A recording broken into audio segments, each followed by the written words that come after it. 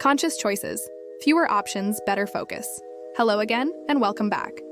In the previous lesson, we introduced the idea of JOMO, the joy of missing out. We talked about how stepping away from the pressure to participate in everything can actually create a calmer and more meaningful life.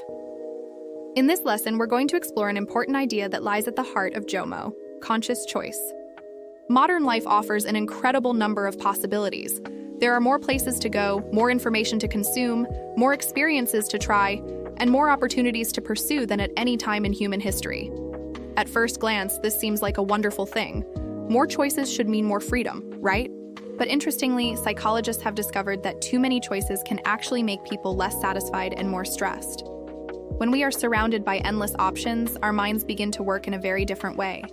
Instead of fully enjoying the choice we make, we start thinking about all the other possibilities we did not choose. This can lead to a constant background thought. What if something better was available? This is where FOMO quietly reappears. The more options we believe we have, the harder it becomes to commit our full attention to any one of them. Our focus becomes divided. Our attention becomes scattered. And as a result, even good experiences can feel less meaningful. JOMO invites us to try something different. Instead of chasing every opportunity, we begin to practice intentional limitation. This simply means choosing fewer things, but choosing them more carefully. For example, imagine trying to attend 5 different events in one evening. You might rush from place to place, constantly checking the time, always thinking about the next destination.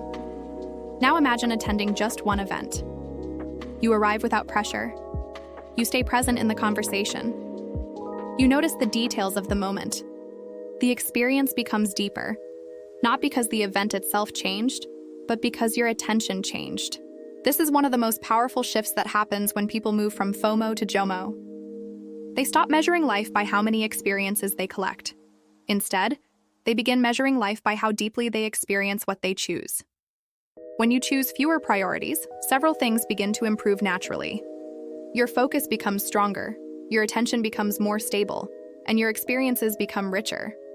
Instead of trying to do everything, you begin to do a few things really well. This idea applies to many parts of life: work, relationships, personal projects, even rest and relaxation. When people try to divide their energy across too many activities, everything becomes rushed and fragmented. But when they allow themselves to focus on fewer priorities, something surprising happens. They often feel more satisfied, even though they are technically doing less. This is one of the hidden benefits of conscious choice. Choosing less is not a limitation. It is a way of protecting your attention, and attention is one of the most valuable resources you have. Where your attention goes, your experience of life follows. So the next time you feel the pressure to say yes to everything, pause for a moment. Ask yourself a simple question. Will this add depth to my life, or will it simply add more noise?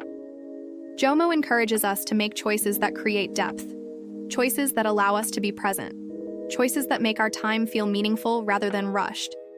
In the next lesson, we will explore another important part of this process: digital boundaries.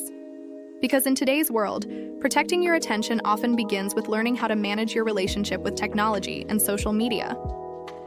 I'll see you in the next lesson.